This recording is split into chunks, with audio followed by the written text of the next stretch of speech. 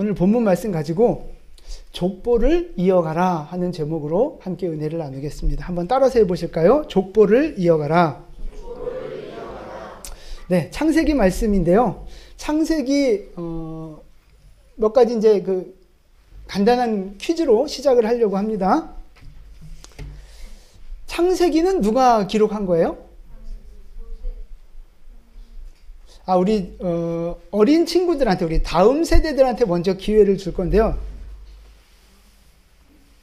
제가 간식을 이렇게 준비를 했어요. 우리 다음 세대들. 자, 이게 시간이 길어지면 안 되는데, 자, 창세기는 누가 기록했어요? 손 들고 아는 친구.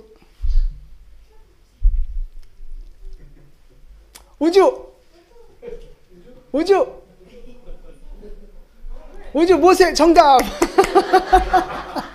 자, 나오세요. 빨리 나와서 가져가세요. 자, 그럼 두 번째, 이거 좀 어려운데, 여기 있어요.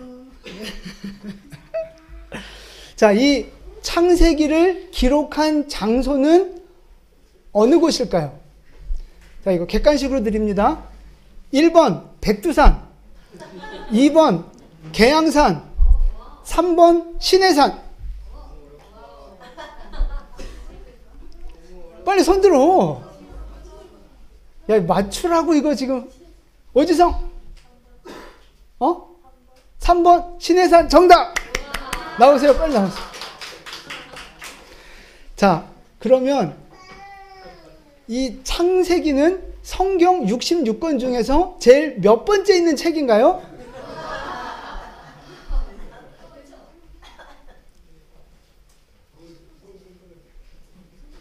빨리. 오지성? 첫 번째. 정답인데 이거 너 혼자 다 먹지 말고 나눠줘야 돼.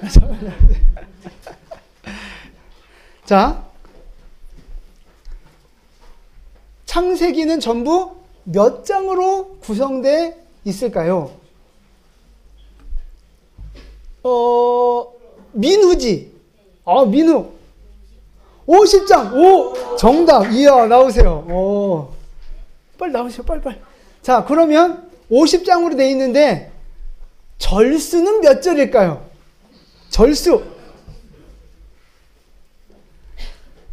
절수는 1533절입니다. 1533절.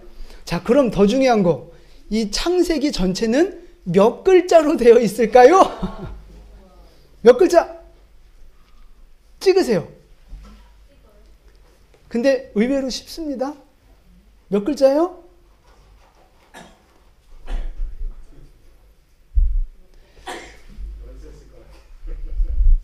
정답?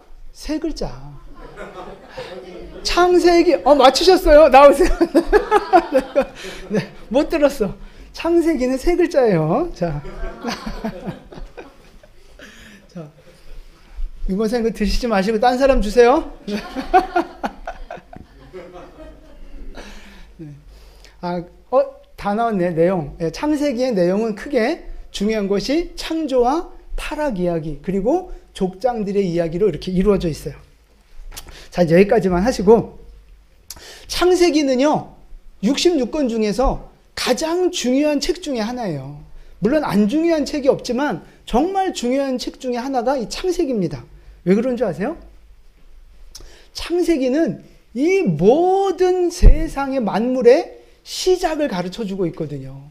이 세상이 어떻게 시작이 됐는지, 사람은 어떻게 시작이 됐는지, 죄는 어떻게 시작이 됐는지, 가정은 어떻게 시작이 됐는지, 또 구원은 어떻게 시작됐는지, 그 모든 것의 기원이 바로 이 창세기 안에 들어가 있어요. 그래서 창세기는 뿌리예요. 뿌리. 이 모든 신앙의 뿌리고, 이 기독교는요, 창세기 위에 세워졌다고 말해도 과언이 아니에요. 그래서 여러분, 이 기독교의 믿음을 무너뜨리고 성경의 권위를 무너뜨리려고 노력하는 사람들이 제일 먼저 공격하는 성경이 어디겠어요? 그게 바로 창세기인 거예요. 창세기의 이 창조부터 이게 제대로 믿어지지 않고 제대로 해석되지 않으면 그 뒤에 세워지는 신앙은요, 다 모래 위에 세워진 신앙하고 똑같아요. 금방 무너지게 돼 있어요. 그래서 창세기는 정말 중요한 책이다. 그러다 보니 아까도 말씀드렸지만 중요하기도 한데 이 창조 때 본 사람이 없어요. 그러니까 이게 나름대로 좀 어려운 면이 있거든요. 그러다 보니까 잘못된 이론들이 굉장히 많아요. 우리가 요한계시록에도 잘못된 그 이론들이 다양하고 잘못된 이론들이 많은 것처럼 창세기를 해석하는 관점들도 굉장히 많습니다.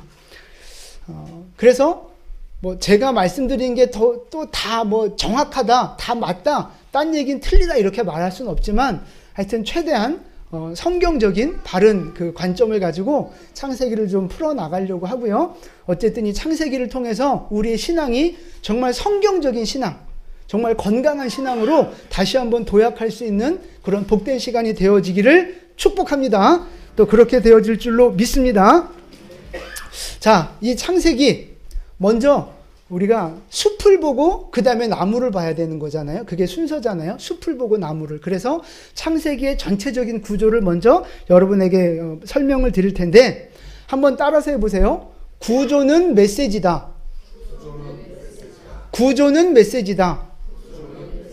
예, 이 구조를 보면 어떤 메시지를 전달하려고 하는지 그 의도가 파악이 되는 경우가 굉장히 많거든요. 우리가 요한계시록도 살펴봤지만 키아준 구조 속에서 요한계시록의 핵심이 뭐였어요? 몇 장? 12장에 승리할 것이다. 이게 바로 요한계시록의 핵심이었잖아요. 그런 것처럼 구조를 보면 그 글의 핵심이 나와요. 그래서 창세기의 전체 구조를 좀 먼저 설명을 오늘은 드리려고 하는데 창세기의 구조를 나누는 관점이 세 가지가 있거든요. 첫 번째는 뭐냐 하면요. 역사적인 관점입니다. 역사적인 관점. 그러니까 시간의 흐름대로 창세기를 구분을 하는 건데 1장부터 11장까지가 원역사, 역사의 뿌리, 역사의 시작. 그래서 원역사라고 말을 하고 이 원역사 안에는 무슨 내용이 들어가 있어요? 그렇죠. 주로 창조 이야기, 타락 이야기 그런 게 들어가 있어요. 그 다음에 12장에 누가 등장하죠? 아브라함이 등장해요. 12장부터 끝까지는 뭐 어떻게 구분해요? 족장사라고 구분한 거예요. 족장사. 그러니까 그 아브라함도 족장이거든요. 이삭도 족장이고 그 족장 4명의 족장들의 이야기 그래서 족장사라고 이렇게 그 역사적으로 저렇게 구분을 하고 있습니다. 자, 먼저 이 역사적인 관점을 갖고 이 역사적인 관점 속에 주시는 은혜가 무엇인가를 좀 살펴보려고 하는데요. 원역사에 등장하는 대표적인 인물들 누구예요? 그렇죠. 아담, 하와. 또 좀 좋은 사람. 노아. 그렇죠? 또 한 명 누가 있을까요? 에녹. 그렇죠. 에녹. 에녹 어떤 사람이에요? 그렇죠. 육신이 죽지 않고 천국에 올라간 사람, 최초의 사람, 그게 에녹이란 말이에요. 자, 그러면 족장사에 등장하는 인물들은 누가 있어요?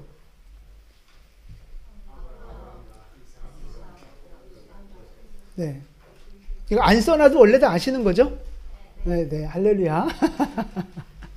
자, 이렇게 믿음의 사람들이 있는데 이 창세기에 등장하는 주요한 인물들의 공통점이 여러분 뭐라고 생각하십니까?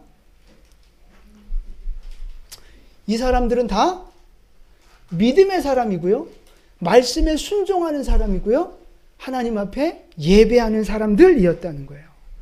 물론 다 연약함들이 있어요. 실수도 하고 뭐 불순종도 하고 연약함은 있지만 큰 그림으로 놓고 봤을 때 이 사람들은 믿음의 사람, 순종하는 사람, 말씀을 따라가는 사람, 예배하는 사람들이었다는 거예요. 중요한 건 창세기의 이 전체적인 흐름이 바로 이 사람들을 중심으로 해서 이야기가 흘러가고 있다 이 말이에요.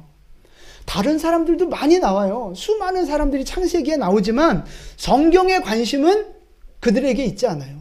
그들한테 큰 관심을 두지 않습니다. 성경은 누구에게 관심을 가져요? 믿음의 사람들에게, 예배하는 사람들에게 관심을 갖더라 이거예요. 세상 가치관에 물들지 않은 사람, 하나님만 바라보고 사는 사람, 하나님이 말씀하시면 순종하는 사람, 바로 그 사람들이 족장이었고 에녹이고 노아고 그런 사람들이었단 말이에요. 하나님은 그런 사람들에게 관심을 가지시고 그런 사람들을 높여주시고 그 사람들을 통해서 하나님의 뜻을 이루어 가셨다는 사실입니다. 여러분, 대표적으로 노아를 한번 생각해 보세요. 노아 시대 때 의인이 몇 명이나 있었어요? 하나님이 인정한 사람은 노아 한 명밖에 없어요. 그 당시에 얼마나 많은 인구가 살았는지는 모르지만 노아 시대의 모든 사람들이 다 어떻게 살았어요? 막 살았죠. 네, 어떻게 막 살았어요?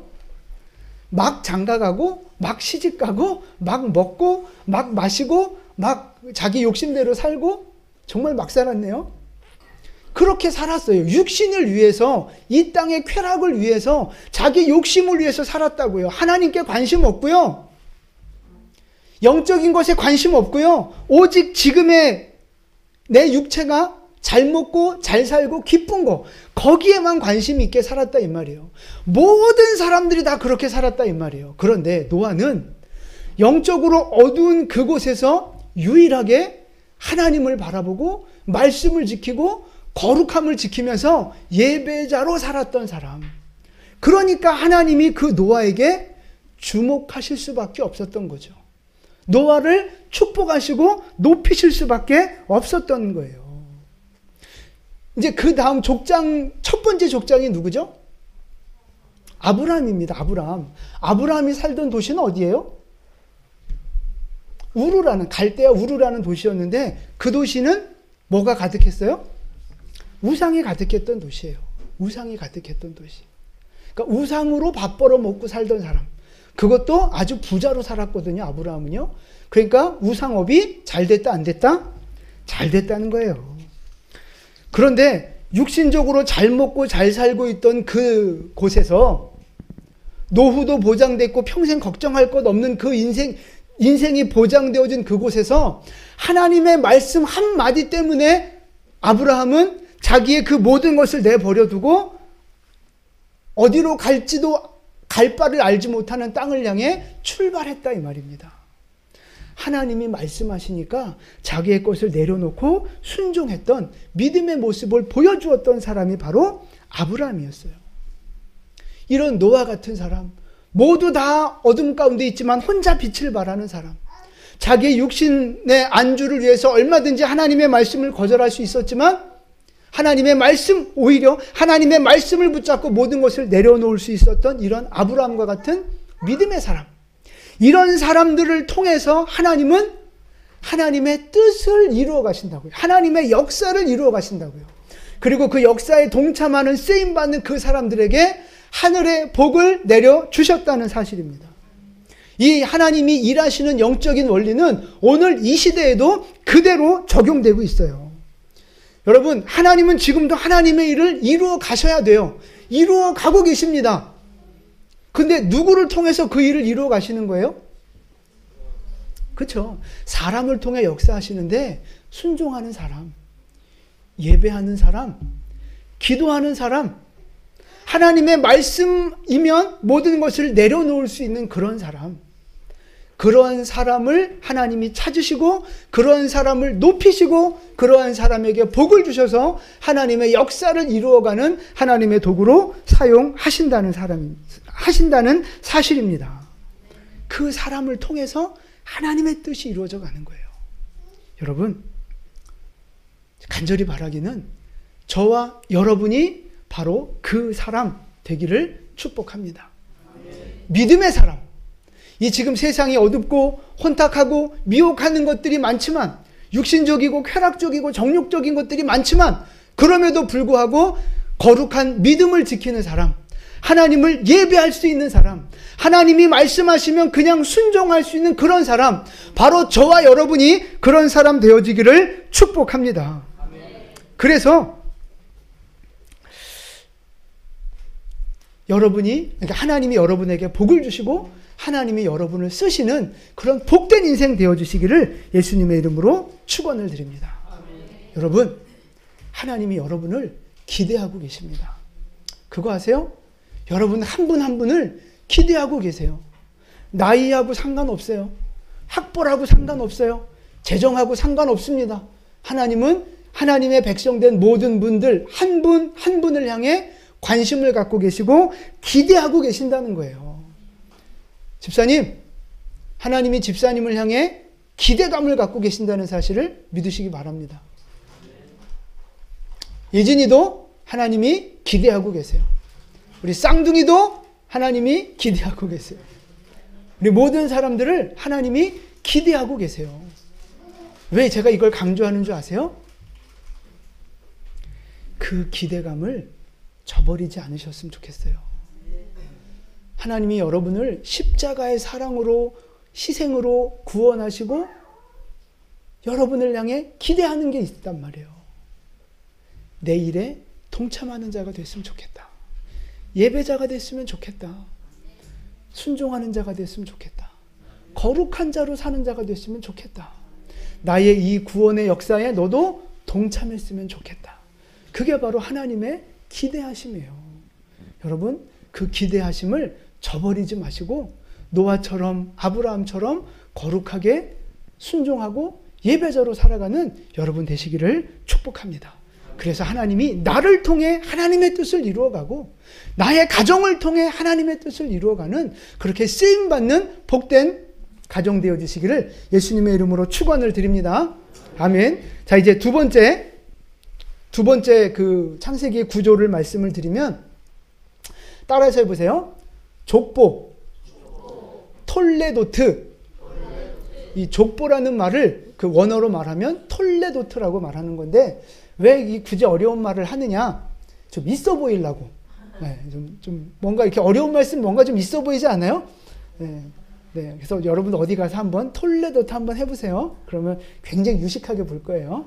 네, 잊어버리셔도 됩니다. 중요한 건 족보예요, 족보. 여러분 족보 있는 가문이시죠? 네, 다 족보 있으시죠? 아직 없는 분도 있는 것 같아. 여러분 창세기에는요 족보가 나오는데 몇 개 나오는 줄 아세요? 족보가 10개가 나옵니다. 10개. 우리 한국말로는 족보고 그 원어로는 톨레도트라고 하는데 그 톨레도트, 족보라는 그 단어의 뜻이 뭐냐면요. 자녀를 낳다 출산한다는 말이에요. 생명을 출산하고 뭔가 열매를 맺고 그런 의미가 있어요. 이 족보라는 단어에. 근데 이 창세기에는 10개의 족보로 이루어져 있거든요. 처음부터 끝까지 10개의 족보로 딱 채워져 있어요. 이런 말 처음 들으셨죠? 예, 창세기에는 족보로 전체가 다 이루어져 있거든요. 자, 대표적으로 세 가지만 좀 보여드릴게요. 자, 우리 1번 같이 2장 4절에 있는 말씀인데 같이 읽어볼게요. 이것이 천지가 창조될 때에 하늘과 땅의 내력이니. 내력이니 하는 저 단어가 바로 톨레도트 족보예요. 그러니까 하늘과 땅, 천지가 창조되어진 족보를 쭉 말씀하시고 그 다음에 노아의 족보가 나오고 셈의 족보가 나오고 또 에서의 족보도 나오고 야곱의 족보도 나오고 이 창세기 전체는요 족보로 이루어져 있어요. 그런데 왜 10개의 족보를 배열하셨을까 하는 거예요. 모세는, 하나님은 왜 족보를 10개로 딱 맞추셨을까? 성경에 보면 10개라는 숫자가 굉장히 많이 나오거든요. 애굽의 재앙 몇 개예요? 10개. 계명이 몇 개예요? 10계명. 또 하여튼 이게 10이라는 숫자가 성경에 굉장히 많이 나오거든요. 근데 성경에서 10이라는 숫자가 의미하는 게 뭐냐면 만수예요. 만수. 가득 찼다는 거예요. 완성되어졌고 그게 바로 전체적이다. 완성되어졌다. 가득 찼다. 그런 의미가 있거든요. 그러니까 이 10개의 족보를 통해서 창세기를 10개의 족보로 만들어 놓으시고 우리에게 가르쳐 주고자 하신 메시지가 뭐냐 하면 창세기와 족보를 통해서 하나님의 뜻이 다 이루어졌다는 걸 보여주시는 거예요. 하나님의 뜻이 다 이루어졌다는 걸 보여주시는 거예요. 여러분, 그러면 아까 우리가 봤던 믿음의 그 위인들, 노아, 아브라함, 이삭, 야곱 이런 사람들이요. 흠이 없고 완전한 믿음의 사람들, 100% 순종한 사람들이었나요? 그랬어요? 아니잖아요. 다 에녹 한 사람 빼고는요, 다 약함이 있고 실수했고 넘어졌고 불순종했고 그런 모습들이 있어요. 그런데 그 사람들이 때로는 죄를 짓고 연약해서 넘어지면서 하나님의 뜻을 벗어날 때가 많이 있었거든요. 그런데 중요한 건 뭐냐? 그럼에도 불구하고 그들의 약함과 그들의 죄와 그들의 부족함에도 불구하고 하나님이 그들의 인생 속에 찾아오시고 개입하셔서 그들의 인생을 하나님의 뜻을 이루는 인생으로 완성시키셨다 하는 거예요. 그들의 인생 속에 하나님의 뜻이 충분하게 이루어졌다 하는 걸 보여주고 있는 거예요. 그 인생 속에, 그 가문 속에 하나님의 뜻이 원하시는 것만큼 이루어졌다는 걸 이 구조를 통해서 우리에게 가르쳐주고 계신다 이 말씀입니다.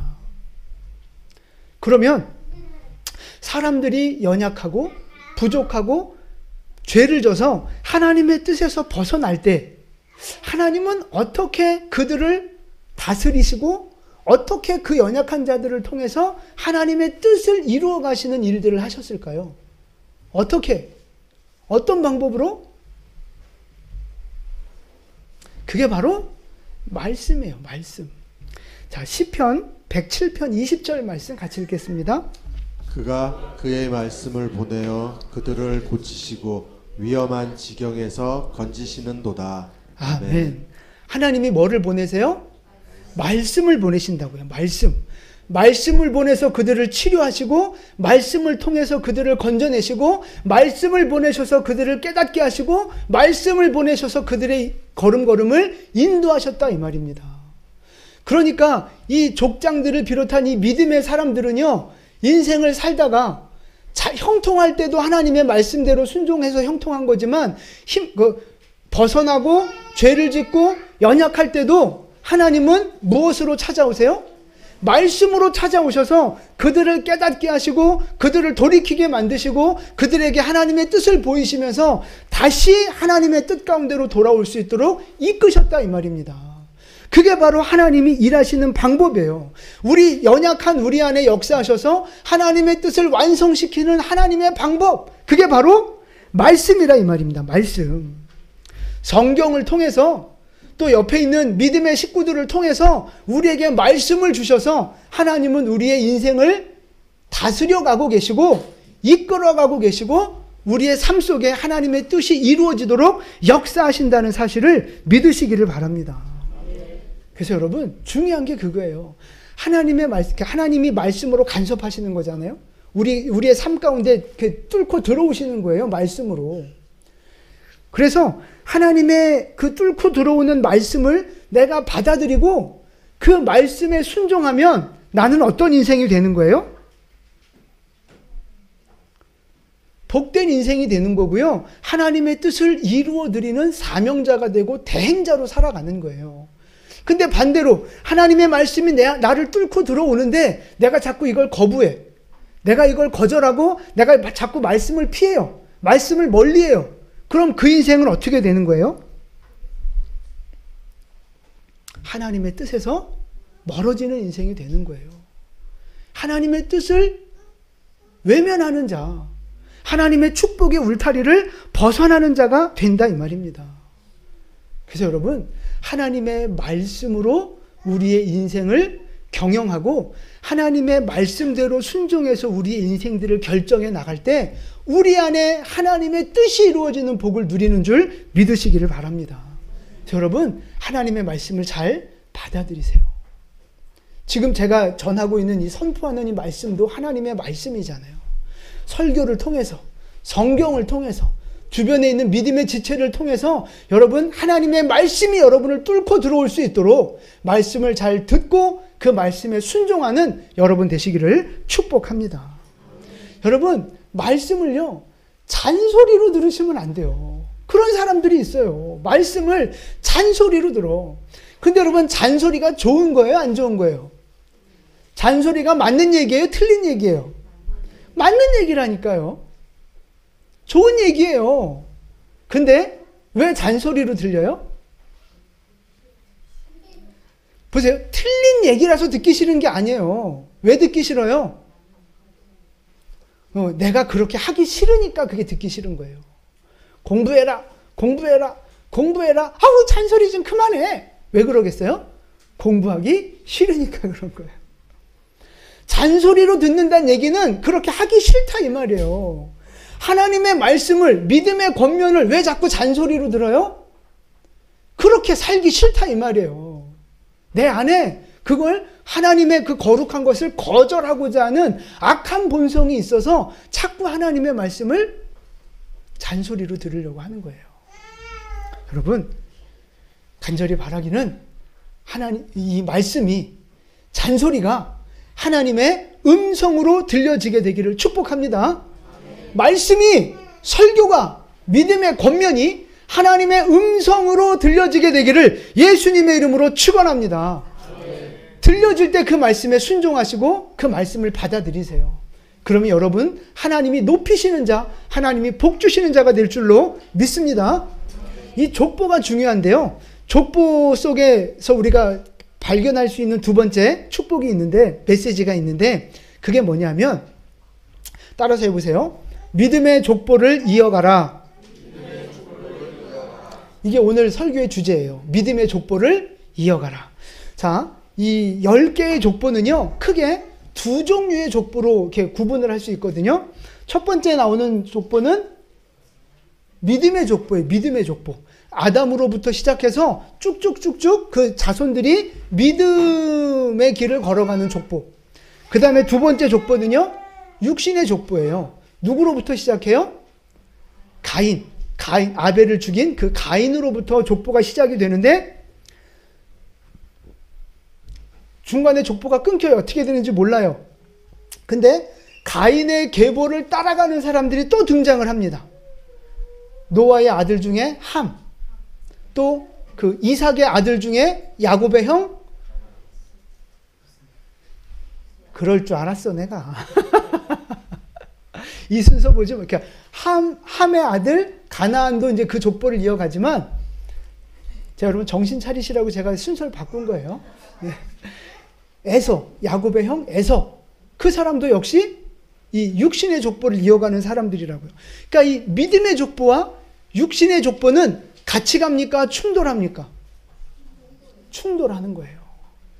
믿음의 역사와 세상의 역사는요, 계속해서 충돌하는 거예요. 그걸 가장 눈에 이렇게 쉽게 보여지는 데가 지금 어디예요? 중동이잖아요, 중동. 이스라엘과 그 아랍 국가들. 믿음의 길과 세상의 길, 자유하는 여자와 종에 속한 여자의 그 후손들이 어떻게 충돌하는가를 지금 역사적으로 보여주고 있는 거잖아요. 여러분, 믿음의 족보에 있는 사람들은 어떤 사람들이에요? 그죠? 아까 얘기했던 것대로 믿음의 사람들이에요. 거룩함을 지키는 사람들, 말씀에 순종하는 사람들, 예배자로 살아가는 사람들. 그리고 중요한 건 자기 자녀에게 무엇을 물려줘요? 믿음을 물려주고 말씀을 전수해 주면서 이 믿음의 족보를 계속해서 이어가는 사람들이었다 이 말이에요. 근데 육신의 족보에 기록된 사람들은 어떤 사람들이에요? 뭐를 물려줘요? 세상 성공, 세상 욕심, 육신적인 것들, 땅의 것들, 그런 것들만 계속해서 전수해 주고 있다 이 말입니다. 그럼 이제 중요한 건 여러분은 믿음의 족보와 육신의 족보 중에서 어떤 족보에 여러분의 이름이 지금 올라가 있느냐 하는 거예요. 여러분의 이름 어느 족보에 올라가 있어요? 아직 모르겠어요? 혹시 육신의 족보에 있나 뭐 이렇게 좀 가물가물하세요? 여러분의 이름은 제가 보고 왔거든요. 믿음의 족보에 있는 줄 믿으시기 바랍니다. 여러분이 예수 그리스도를 나의 구주로 고백하고 예수 피로 구원받았고 예수 부활이 나의 부활이라는 사실을 믿는 그 믿음이 있다면 여러분의 이름은 믿음의 족보에 기록되어 있는 줄 믿으시기 바랍니다. 할렐루야. 믿으셔야 돼요, 진짜. 여러분의 이름이 믿음의 족보에 있다는 사실을 믿으셔야 돼요. 그게 확실치 않으면 다시 구원의 확신을 다시 하시면 돼요. 예수를 나의 주로 영접하고 예수 피로 용서받았고 예수 때문에 구원받았다는 사실을 다시 한번 점검하시면 됩니다. 자, 그럼 여러분의 이름이 믿음의 족보에 올라가 있단 말이에요. 그러면 그 믿음의 족보에 올라가 있는 사람은 이제 어떻게 살아야 돼요? 그렇죠. 내 조상을 따라서 믿음으로 살고 거룩하게 살고 말씀을 지키며 살고 예배자로 살고 또 이 족보의 관점에서 가장 중요한 게 뭐예요? 그 다음에 가장 중요한 게 말씀을 자녀들에게 전수해 주는 사명. 예수 복음을 자녀들과 이웃들에게 전하는 사명. 바로 그 사명을 완성시켜 나아가는 사명이 나에게 있는 거예요. 믿음의 족보에 올라가 있는 사람은요, 믿음으로 거룩하게 사는 건 당연한 거고요. 내 자녀와 이웃에게 예수 생명 전하고 말씀을 전하는 그 사명을 계속해서 그 믿음의 족보를 이어가야 한다 이 말씀입니다. 여러분, 이 구약에 있는 믿음의 족보는요, 누구로부터 시작해서 누구에게서 끝나는 줄 아세요? 구약의 믿음의 족보. 누구로부터 시작했어요? 그렇죠. 아담인데 아브라함이라고 해도 맞고요. 자, 아담, 아브라함으로부터 시작해서 구약의 족보가 어디에서 끝이 납니까? 예수 그리스도로 완성되는 거예요. 이 구약의 믿음의 족보의 끝은요, 예수님으로 완성되는 거예요. 예수님이 오시도록 이 믿음의 계보를 이어간 거예요. 그래서 예수님이 마태복음 1장에 그 족보를 타고 오셨잖아요.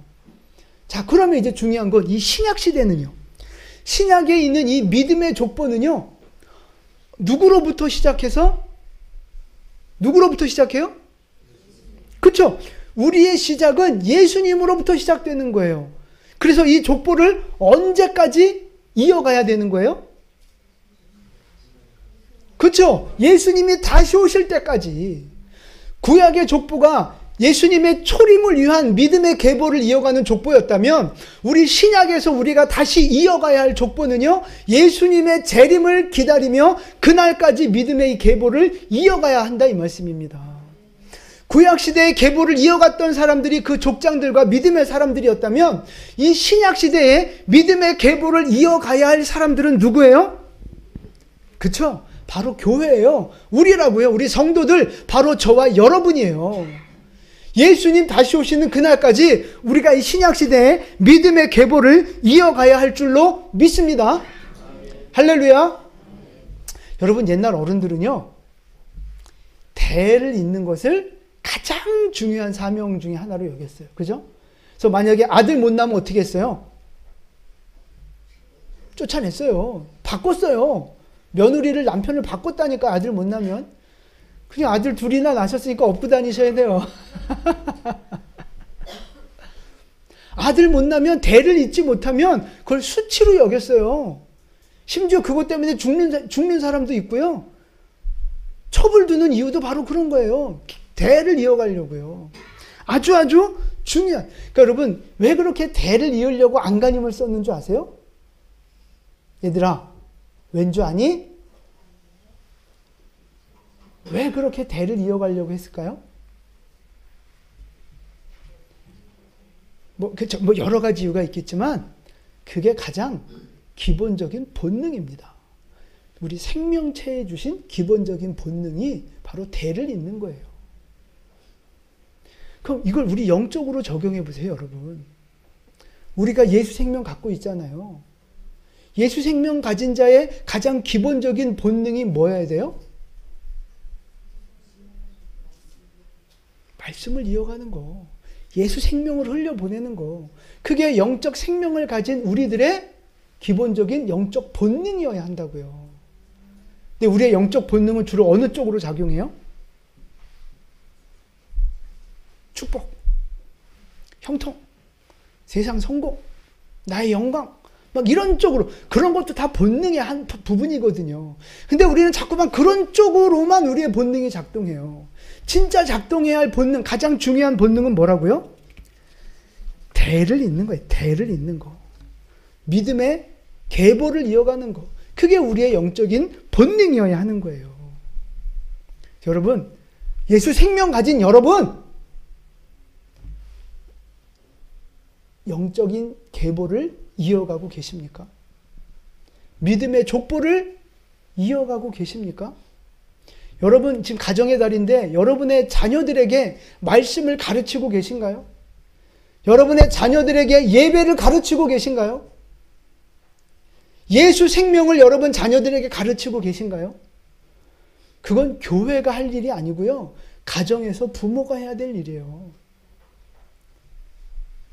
그걸 한 걸음 더 나아가서 여러분 이웃에게, 친구에게, 직장 동료에게 말씀을 전하고 계신가요? 예수 생명을 흘려보내고 계신가요? 이 믿음의 계보를 우리는 계속해서 이어가야 된다고요. 여러분, 나 때문에 예수 믿고 구원받은 사람 있습니까? 나 때문에 예수 믿고 구원받은 사람 있으세요? 있으셔야 돼요. 그게 아니면 대가 끊어진 거예요. 여러분 영적인 대가 끊어진 거라고요. 나 때문에 예수 믿고 구원받은 사람이 있습니까? 있어야 돼요. 아니 예수 믿은 사람까지는 모르겠더라도 그건 모르는 일이니까 예수 생명을 흘려보내고 있냐고요. 전도하고 있냐고요. 말씀을 나누고 있냐고요. 예수 생명을 지금 가족과 이웃에게 흘려보내고 있느냐고요. 생명의 열매를 맺고 안 맺고는 사실은 나의 영역은 아닐 수 있어요. 근데 중요한 건 내가 흘려보내고 있느냐 하는 거예요. 전수하고 있느냐 하는 거예요. 그렇게 하셔야 돼요, 여러분. 오늘 특별히 어버이 주일이잖아요. 우리 부모가 자식들을 위해서 희생하고 헌신하고 그것들은 정말 존귀하게 여겨야 하고 감사의 마음을 가져야 하는 거 맞아요. 그런데 거기에서만 머무르면 안 됩니다. 부모 세대가 책임감을 가져야 돼요. 내가 내 자녀에게 믿음의 족보를 이어가고 있는가? 내가 이 자녀에게 말씀을 전수하고 있는가? 이 부모의 사명, 여러분 좋은 학원 보내주고 좋은 옷 사 입히고 맛있는 거 해먹이고 이게 부모의 사명인가요? 예, 그것도 부모의 사명이에요. 근데 그건 육신적인 거고 반쪽인 거죠. 진짜 부모의 사명은 뭐예요? 말씀을 가르쳐서 구원받게 하는 거. 하나님의 거룩한 자녀로 세워가는 거. 여러분 이게 진짜 부모의 사명입니다. 학원 보내주고 이렇게 맛있는 거 해먹이고 그러면서 나 할 거 다 했잖아. 아니요. 하나님이 보실 땐 아무것도 안 한 거예요. 영적인 부모의 사명. 여러분 우리 모두가 이 믿음의 계보를 이어가는 영적 사명을 이어가는 하나님의 사명자가 되어져야 할 줄로 믿습니다. 특별히 가정의 달이고 어버이 주일이니까 우리 부모 세대가 그거에 대한 어떤 무거운 책임감을 더 가지셨으면 좋겠어요. 그래서 예수 믿는 우리 모두가 부모 세대를 포함한 우리 모두가 정말 계속해서 이 예수 생명의 그 족보를 믿음의 계보를 이어가는 하나님의 사람들 되시기를 예수님의 이름으로 축원을 드립니다. 아멘. 자 이제 마지막 세 번째 창세기를 바라보는 구조 세 번째 관점은 뭐냐면요. 언약 관점이에요. 언약 관점. 무슨 말이냐면 하나님이 이 창세기 안에 세 번의 시작을 하시거든요. 자, 첫 번째 시작은 뭐예요? 그죠? 이 천지를 창조하면서 처음 시작을 하셨어요. 그게 창세기 1장이잖아요. 자, 그 다음에 두 번째 시작은 뭐예요? 노아예요, 노아. 세 번째 시작은 아브람. 자, 처음 천지를 창조하셨어요.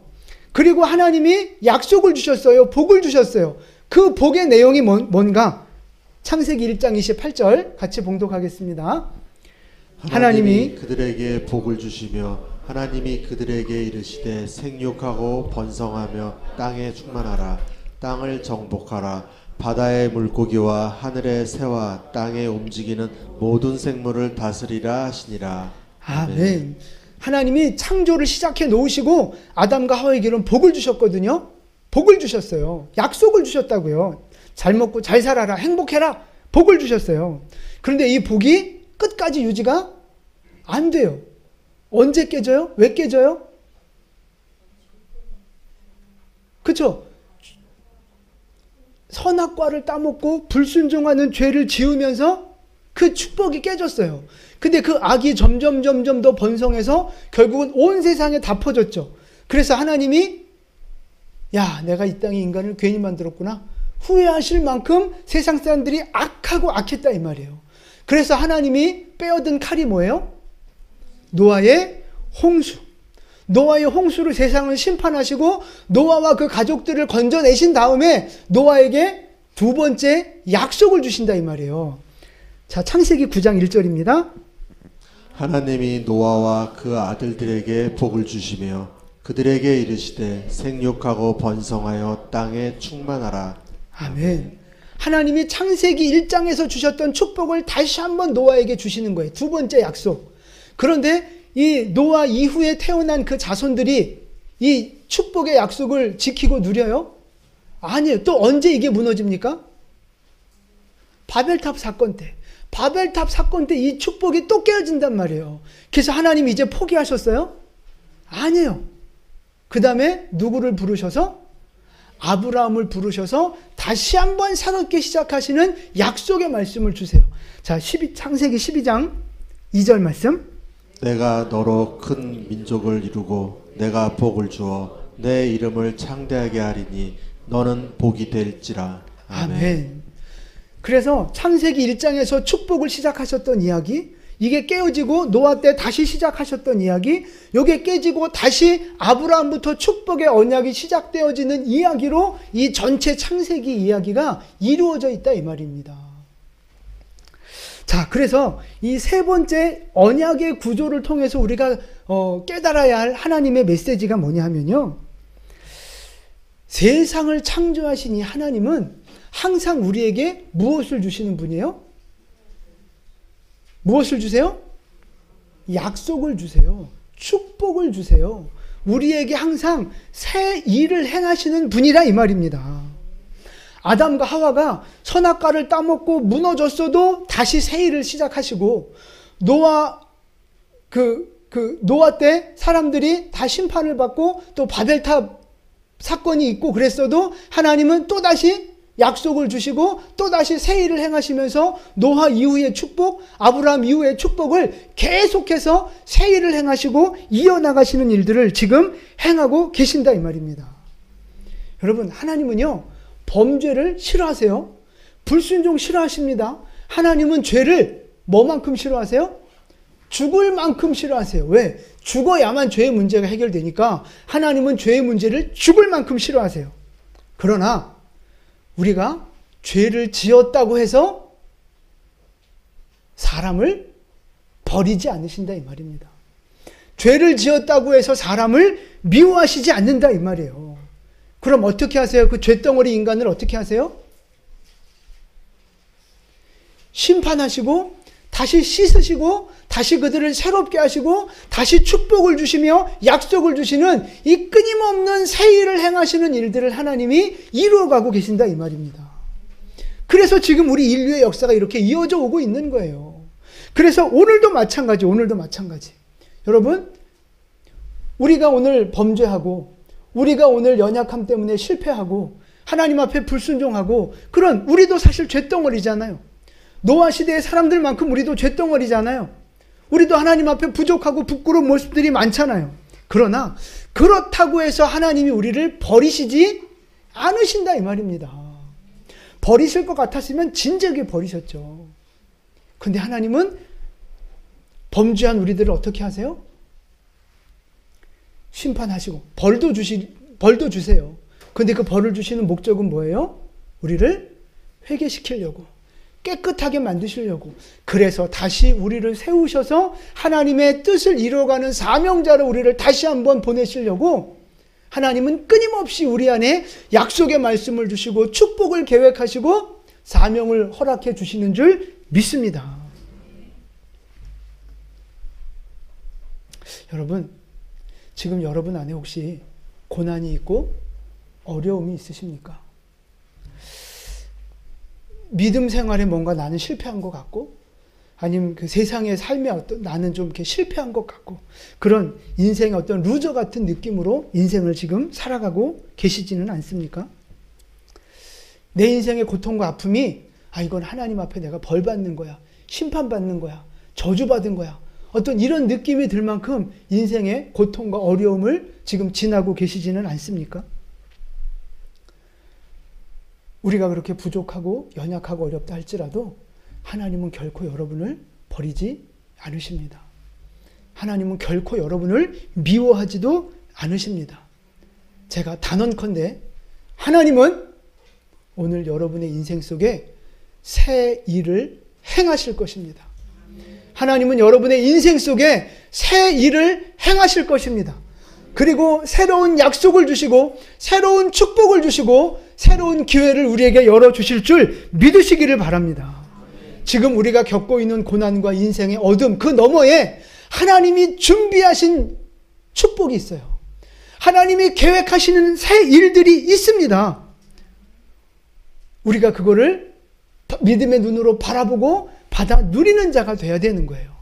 그러려면 우리가 어떻게 살아야 돼요? 결국 다시 말씀으로 돌아와야 돼요. 말씀을 지키는 자, 말씀을 사모하는 자, 말씀에 순종하는 자, 하나님 앞에 예배자로 살아갈 때 우리를 향한 하나님의 뜻이 아름답게 성취되어질 줄로 믿습니다. 그래서 여러분, 말씀에 순종하는 삶을 살아가십시오. 거룩한 예배자의 삶을 살아가십시오. 그래서 비록 내가 넘어지고 부족하고 연약함이 있다 할지라도 내 인생 가운데 새 일을 행하시고 새로운 약속의 말씀을 주시는 그 하나님을 날마다 경험하며 하나님의 영광과 축복을 향해 전진해 나아가는 우리 모든 성도들 되시기를 예수님의 이름으로 축원을 드립니다. 아멘. 기도하겠습니다.